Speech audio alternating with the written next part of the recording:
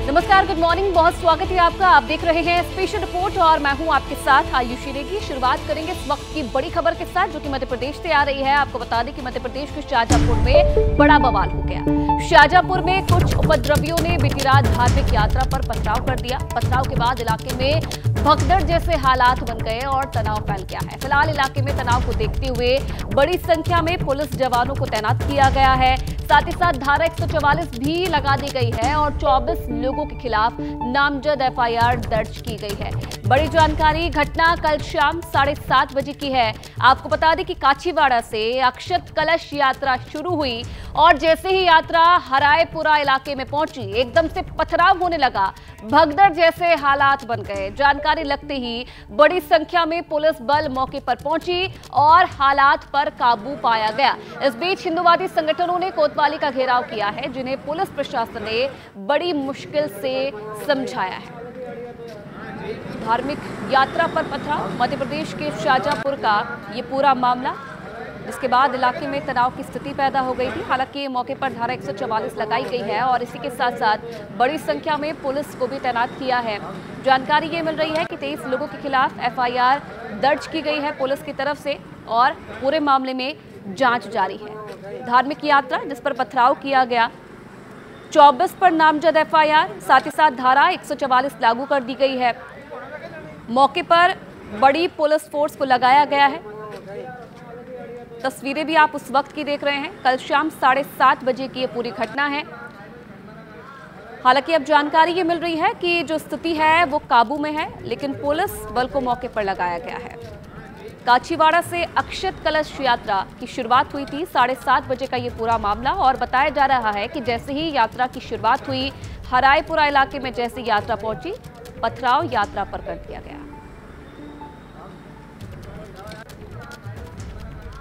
प्रारंभिक सूचना मिली है कि जो अक्षत बांटने वाली जो टोली थी, जो निमंत्रण जो बांट रहे हैं, उसके साथ में कुछ घटना हुई है। हमारे द्वारा फोर्स भेजा गया है और जगह जगह हमने पिकेट और पॉइंट्स लगाए हैं और उसमें एक व्यक्ति को हल्की सी चोट है और जिसमें हमने एफआईआर की है। तो पुलिस बल लगाया गया है जहाँ पूरे शहर में, और साथ ही साथ 3 क्षेत्रों में 144 की धारा भी लगाई गई है। हाँ, 24 नामजद लोगों पे एफआईआर कराई है।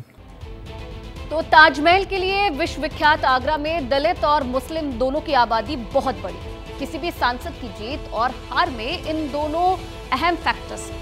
आगरा कभी कांग्रेस का गढ़ हुआ करता था। 1952 से 1984 तक सिर्फ एक बार, यानी कि 1977 में कांग्रेस हारी, लेकिन बाद के दिनों में यहां बीजेपी और समाजवादी पार्टी का कब्जा रहा। हालांकि 2009 से लगातार यहां पर बीजेपी जीतती रही है। अब सवाल ये है कि राम मंदिर आंदोलन के बीच मुस्लिम महिलाओं का क्या कहना है, वो भी हम आपको बताते हैं। चाहे राम मंदिर में हमको उनके कोई इख्तिलाफ नहीं है, लेकिन शराब पिए हुए होते हैं बहुत से लड़के। जब कोई एक मुसलमान मिलेगा उसके ऊपर जुल्म होने का अंदेशा है। 6 दिसंबर हम हमेशा याद रखेंगे। जब अदालती फैसलों से इतर जज्बातों को शाब्दिक आंच पर उबालने की कोशिश जारी है, तब आगरा के लोगों के मन में राम मंदिर को लेकर क्या विचार है, ये जानने के लिए एबीपी न्यूज के रिपोर्टर श्रीनिवास पहुंचे पीलाखार इलाके में। इस वक्त हम आगरा के पीलाखार इलाके में हैं। सवाल वही है कि आखिर 22 जनवरी को लेकर लोगों में क्या सोचना है और 22 जनवरी के बाद सियासत में राम की एंट्री हो रही है, नहीं हो रही है, ये तमाम चीजें। पीलाखार वो इलाका है जो मुस्लिम बहुल है। मुस्लिम महिलाओं ने राम मंदिर को लेकर क्या कहा, वो सुनिए जरा।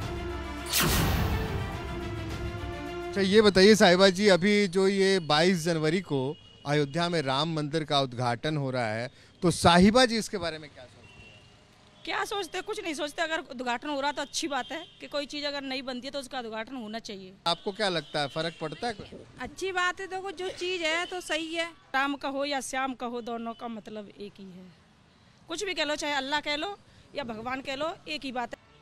देखो, कहते नहीं है ऊपर वाला एक ही है, चाहे वो राम में ले लो चाहे ये अल्लाह में ले लो। ये बात इन्होंने सही कही है। अगर दो अलग अलग होते, भगवान अलग होता, अल्लाह अलग होता, तो अगर 2 आसमान होते, एक आसमान क्यों है? इंसान के अंदर एक जैसा ब्लड क्यों है, बताओ? एक है ना ऊपर वाला, इसीलिए तो एक जैसा है। जो मंदिर वाला मामला है तो अच्छी बात है, बनेगा मंदिर तो बहुत अच्छी बात है। वहाँ मस्जिद होती थी, अरे मस्जिद होती तो भी कोई बात नहीं थी, और मंदिर बन जाएगा तो क्या हो गया। उसकी पूजा कर ले या नमाज पढ़ ले, है तो सारा का नाम उसी का नाम। जाना तो सबको एक ही जगह मर करके, ऐसा तो नहीं है कि वो अलग जाएंगे और हम अलग जाएंगे। भाई देखो, हिंदू जाति है वो भी इंसान है, मुसलमान जाति है वो भी इंसान है। ये बताइए 22 जनवरी को राम मंदिर का उद्घाटन हो जाएगा, ये तो प्रसन्न नजर आ रही हैं, आप भी तो नहीं दीप जलाएंगी? नहीं, दीप नहीं जलाएंगे, लेकिन अच्छी बात है ना। देखो, जो भी हो रहा है हमारे हिसाब से नहीं हो रहा है, ये सब ऊपर वाले के हाथ में है। जिसके भी हक में हो, चाहे मोदी जी करवाएं चाहे कोई और करवाए, हम सबके साथ हैं, मोदी जी के भी साथ। आगरा वो संसदीय क्षेत्र है जिसे दलितों और मुस्लिमों का गढ़ कहा जाता है। मुस्लिमों की तादाद 9% यानी 2,70,000 है। दलितों की तादाद 2,80,000 है। करीब 3.25 लाख वैश्य वोटर हैं। वहीं 1,30,000 के करीब बघेल वोटर हैं। लेकिन आजादी के बाद शुरुआती दिनों में कांग्रेस का गढ़ कहे जाने वाला आगरा पिछले 15 सालों से भगवा किला बन चुका है। 1991, 1996 और 1998 में बीजेपी ने आगरा सीट पर जीत दर्ज की। 1999 और 2004 में समाजवादी पार्टी के टिकट पर राज बब्बर चुनाव जीते। लेकिन 2009 से लगातार आगरा पर बीजेपी का कब्जा है। वहां राम मंदिर के बाद मुस्लिम महिलाओं का रुख क्या होगा वो जान लीजिए जरा। इस चीज का आपको क्या लग रहा है, चुनाव पे असर होगा कुछ इस तरह का? हाँ, असर तो होगा। जो बातें हो रही हैं, जो मतलब जो क्या कहते हैं, जनता को जो जागरूक हो रही है, डिजिटल इंडिया, ये वो फलाना खाना, ये असर तो होता ही है। जो करता है भैया, जो दिखता है वो बिकता है। वोट देने जाएंगी तो आपके दिमाग में क्या होगा कि ये राशन? हम जिस दिन से जो मोदी जी हम तो वोट उन्हीं को ही दे रहे हैं। क्यों दे रही हैं उन्हें? क्या कर दिया उन्होंने? कर क्या दिया? सही है, जो सब सही, सबको सही लगता है वो हमको सही लगता है। इतनी सुविधाएं जो करेंगे, राशन दे रहे हैं हमें, और भी हमारे जो भी काम है वो भी हो रहे हैं, तो फिर वोट अब जो भी होगा हम नहीं देंगे ना। तो सामने वाले भी कहेंगे कि आज जितना दे रहे हैं हम उससे ज्यादा देंगे। नहीं, ऐसा कैसे ज्यादा देंगे? हम जो देखते हुए आ रहे हैं उसी के हिसाब से देंगे ना। नूर बानो जी को क्या क्या मिला है? मुझे तो सिलेंडर मिला है फ्री वाला, और राशन वगैरह? राशन मिलता है। 2.5 लाख भी मिल गए? अभी नहीं मिला है, फार्म भरा है मैंने। इज्जत घर तो बहुत पहले बना था, हमारा नहीं, मैं तो अपनी तरफ से बनूँ। मोदी जी हमारे भाईजान है। जब से मोदी जी की सरकार आई, इतना किसी ने नहीं करा जितना मोदी जी ने करा। मान लो हम औरतों पे अत्याचार हुआ करता था, कभी कुछ हुआ करता था। 3 तलाक। हाँ, सबसे पहली बात तो ये कि 3 तलाक का मसला उन्होंने जो भी किया अच्छा करा। ये जो कह रही हैं कि मोदी जी बढ़िया काम कर रहे हैं, बिल्कुल बढ़िया कर रहा है, ये बात सच है कि ये जो कह रही हैं मोदी जी बढ़िया काम कर रहा है। और चाहे वो कोई भी आ जाए कि 10 दे या 10 की जगह 15 दे, उससे मतलब नहीं बनता है। जो इतने वक्त से हमारे संग खड़ा हुआ है वो मायने रखता है। राम मंदिर का मुद्दा रहेगा? हाँ, तो राम मंदिर का तो रहेगा। कुछ लोगों के लिए, जिनके लिए अच्छा हुआ उनके लिए रहेगा, जिनके लिए बेकार हुआ वो उनके लिए नहीं रहेगा। जाहिर है मुस्लिम महिलाओं के बीच नरेंद्र मोदी सरकार के काम का कहीं ज्यादा जिक्र है। मुस्लिमों की एक बड़ी तादाद है जो मंदिर मस्जिद से इतर विकास की बात करती है। इस बीच यूपी के पसमानदा मुस्लिम समाज के लोगों ने तय किया है कि 22 जनवरी 2024 को राम मंदिर उद्घाटन के दिन मीट की दुकानें बंद रखेंगे। समाज के लोगों ने उप मुख्यमंत्री ब्रजेश पाठक से मिलकर ज्ञापन सौंपा, लेकिन दूसरी तरफ स्वयंभू मुस्लिम नेता मुसलमानों को राम मंदिर के नाम पर डराने की कोशिश कर रहे हैं। हमने अपने लोगों को कहा, भाई घरों में बैठे रहो, 3-4 दिन घर में बैठने से क्या मुसीबत आ जाती है, ताकि कोई ऐसा अप्रिय कोई घटना ना हो और कोई माहौल हिंदुस्तान का खराब ना हो। लेकिन इस सब के बीच आगरा के मुसलमानों ने बहुत कुछ साफ कर दिया है। जाहिर है आगरा की एक बड़ी आबादी के बीच मंदिर मस्जिद से इतर विकास और योजनाओं की चर्चा है, लेकिन जो राम भक्त हैं वो बहुप्रतीक्षित राम मंदिर को लेकर बेहद उत्साहित हैं। हालांकि चुनाव में इसका कितना असर पड़ेगा ये वोटिंग के बाद पता चलेगा, लेकिन संकेत बहुत साफ है। आगे बढ़ेंगे, आपको एक बड़ी खबर बता दें जो कि अयोध्या से है, जहां यूपी के सीएम योगी आदित्यनाथ आज अयोध्या दौरे पर पहुंच रहे हैं। सीएम योगी प्राण प्रतिष्ठा की तैयारियों का जायजा लेंगे। पहले वो हनुमानगढ़ी मंदिर पहुंचेंगे, पूजन करेंगे, फिर राम जन्मभूमि में भी दर्शन करेंगे। उसके बाद राम मंदिर ट्रस्ट के अधिकारियों और संतों के साथ प्राण प्रतिष्ठा समारोह से जुड़ी तैयारियों पर चर्चा करेंगे। तो सीएम योगी आदित्यनाथ आज अयोध्या के दौरे पर रहने वाले हैं, ये बड़ी जानकारी। और अब बात लक्षद्वीप वर्सेस मालदीव की, तो सवाल यह है कि अगर हिंदुस्तान के प्रधानमंत्री मोदी ने अपने देश के हिस्से की तारीफ की तो उस तारीफ से मालदीव को मिर्ची क्यों लगी? अगर मोदी ने यह कहा कि खूबसूरत समंदर की सैर के लिए टूरिस्ट लक्षद्वीप के बारे में एक बार जरूर सोचे, तो मालदीव के मंत्रियों को बुरा क्यों लग गया? और इतना बुरा लग गया कि भारत के प्रधानमंत्री नरेंद्र मोदी के लिए ही आपत्तिजनक बयान देने लगे। फिर क्या था? हिंदुस्तान ने आपत्ति जताई, पूरे देश ने इस बात का विरोध किया और फिर विवादित बयान देने वाले मंत्री सस्पेंड कर दिए गए। विरोध इस हद तक हो रहा है कि भारत के लोग मालदीव के लिए कराई गई बुकिंग तक कैंसिल करा रहे हैं। लेकिन कहानी जितनी दिख रही है उससे आगे की है। तो भारत की बात में आपने देखा कि किस तरीके से कि भारत में इसका विरोध लगातार देखने को मिल रहा है। 1, 2, 3, 4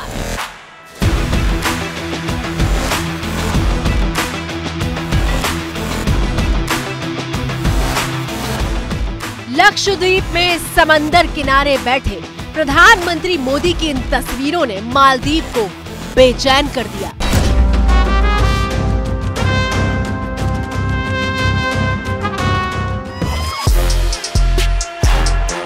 लक्षद्वीप में रेत पर मोदी की ये चहलकदमी देखकर मालदीव में ऐसा हड़कंप मचा कि बेतुकी बयानबाजियां होने लगी।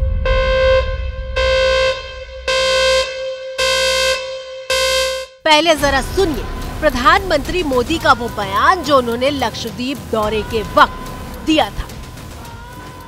लक्षद्वीप की सुबह देखकर मन प्रसन्न हो गया। लक्षद्वीप की सुंदरता को शब्दों में समेटना बहुत मुश्किल है। क्या मोदी ने अपने पूरे बयान में एक बार भी मालदीव का नाम लिया था? जब मालदीव का नाम नहीं लिया तो मालदीव के मंत्रियों ने आपत्तिजनक बयान देकर विवाद क्यों खड़ा किया?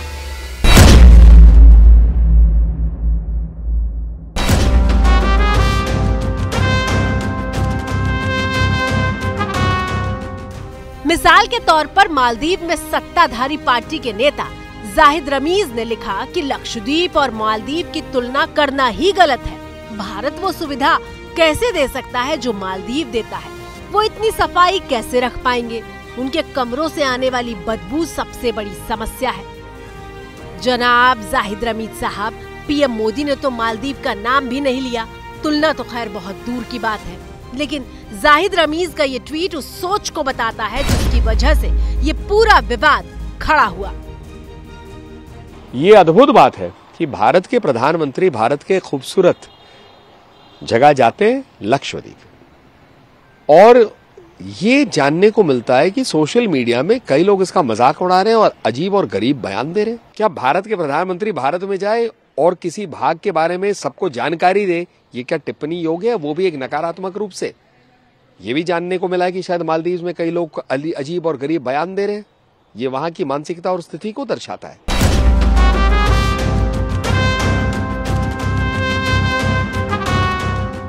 पीएम मोदी पर दिए मालदीव के मंत्रियों की आपत्तिजनक बयान के बाद भारत ने हर महत्वपूर्ण प्लेटफॉर्म पर इस बात की कड़ी आपत्ति जताई है, जिसका नतीजा ये रहा कि मालदीव सरकार ने तीनों मंत्रियों को सस्पेंड कर दिया है। मरियम शियूना, मालशा शरीफ और अब्दुल्ला महजूम माजिद, ये वो 3 चेहरे हैं जिनके खिलाफ भारत की कड़ी आपत्ति के बाद एक्शन लिया गया है। मालदीव की सरकार ने इनके बयानों को निजी विचार बताते हुए खुद को इससे अलग किया है। जो ट्वीट या कमेंट जो मालदीव के मिनिस्टर ने प्रधानमंत्री की लक्षद्वीप के विजिट के बारे में कहा है, इस बेबुनियाद है। इसका कोई मतलब नहीं है। अरे भारत, अब हमारे भारत में हम कहीं भी जाएं, हमारे प्रधानमंत्री कुछ भी करें, हम दुनिया का हर एक नागरिक को हक है कहीं भी जाए। तो हर देश को अपना जो भी गौरव है, जो अपनी चीजें अचीवमेंट्स हैं, उसको बताने का हक है कि नहीं है, ये बात जो है उनको समझना पड़ेगा। आपकी स्क्रीन पर मौजूद ये तस्वीरें विदेश मंत्रालय के बाहर की हैं, जब मालदीव के हाई कमिश्नर को तलब किया गया था। मालदीव के हाई कमिश्नर इब्राहिम साहिब सफाई देने पहुँचे और महज 5 मिनट के भीतर बाहर भी आ गए। लक्षद्वीप की तारीफ के बाद मालदीव के बर्ताव का मुद्दा इतना बड़ा हो गया कि सोशल मीडिया पर बॉयकॉट मालदीव्स ट्रेंड करने लगा। अक्षय कुमार से लेकर सलमान खान जैसे बॉलीवुड स्टार लक्षद्वीप घूमने की वकालत करने लगे। मालदीव्स वालों को हार्ट अटैक आ गया होगा, बिकॉज अगर लक्षद्वीप ओपन हो जाएगा इंडियंस के लिए और दुनिया के लिए, तो मालदीव्स को समझ नहीं आएगा वो किधर गए। वहाँ इंडियंस को जाने दिया तो ट्रस्ट मी मालदीव्स को लाले पड़ जाएंगे, बिकॉज सबसे ज़्यादा टूरिज्म मालदीव्स में इंडियंस का जाता है। इंडिया ने अगर मोदी जी ने ठान ली ये बात, तो trust me Lakshadweep will be the number 1 destination in the world.